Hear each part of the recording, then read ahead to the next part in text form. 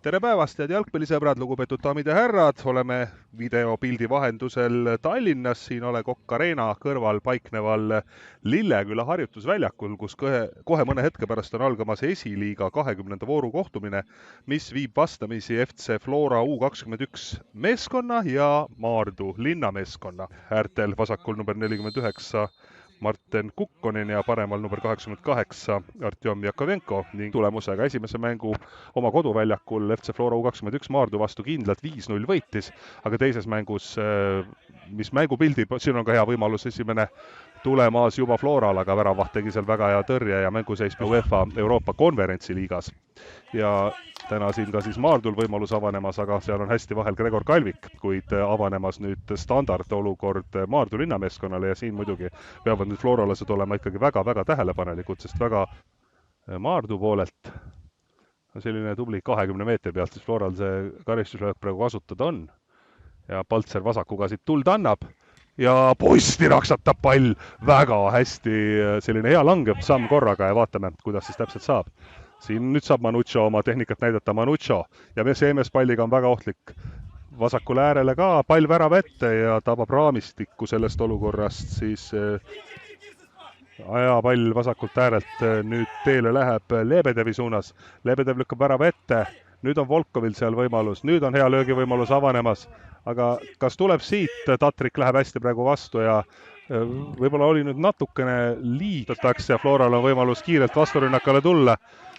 Kalimullin vahetab äärt ja teeb seda hästi, täpselt seal jõuab pall Jakovenko jalale ja hea võimalus Floral praegu tekkis, aga kas läheb ise lööma? Jah, löögi peale läheb ja hea langev pall, aga Pjatajev seda ka hästi näeb ja teeb kahju tagasi.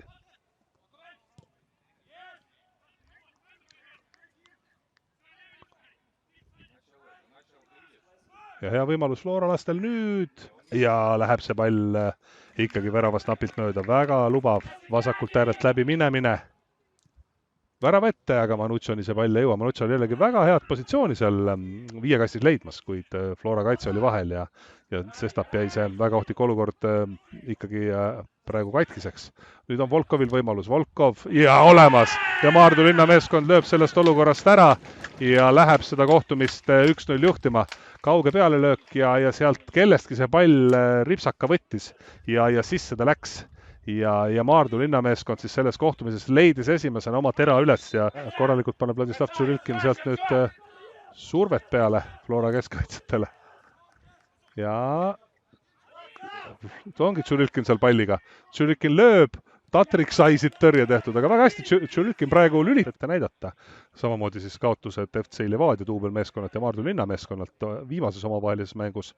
Ja Maardu küll võitis hiljuti Florat, aga esmaspäeval saadud 1-2 kaotus liiga liidilt Velkolt tahab täna revanšeerimist.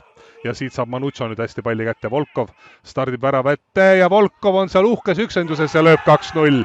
Manucho ja Volkovi koostöö ja Flora kaitseliini ebakindlus praegu toodavad siis Maardule teise värava ja Volkov täna 2 väravat löönud, 11 väravat sellel hooajal kokku esiliigas ja viib siis külalismeeskonna 2-0 juhtima ja peab siis taaskord tuletama meelde need Ats Sillaste Flora peatreeneri hirtustega võimalik mängukäiku tuua teatud murranguid, nii et eks paistab, kuidas need asjad siis lähevad.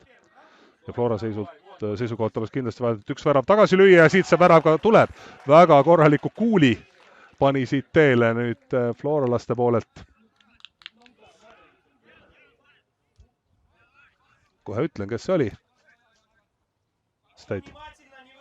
Näeme ka, et Flora poolelt on siin 3 viimast vahetust valmis pandud, aga vahepeal saab jälle Maardu minna ja see on väga ohtlik moment, mis siit tuleb. Volkov, Palts on seal tema vastas, Volkov ja Manucho lööb 3-1 ja see on jällegi see, mida Maardu teeb väga hästi, ohtlik vasturünnak ja 2 väga-väga silmapaistva tehnikaga ja kiire taipamisega jalgpallurit. Volkov sedapuhku söödab ja Manucho lööb ära ning 1-3 on nüüd siis Flora U21 poolt vaadates mänguseis, kes on seda kohtumist siis ka võitmaas. Kas tuleb siit veel seisumuudatust, kas suudab Flora veel ühe värava tagasi lüüa? Ei suuda ja peakohtunik Kristjan-Erik Lääne annab lõpuvilet ning tähendab see seda, et FC Flora U21 peab täna võtma siis Maardu linnameeskonnalt 1-3 kaotuse vastu ja see on nende jaoks siis 5. järjestikuna võiduta kohtumine esiliigas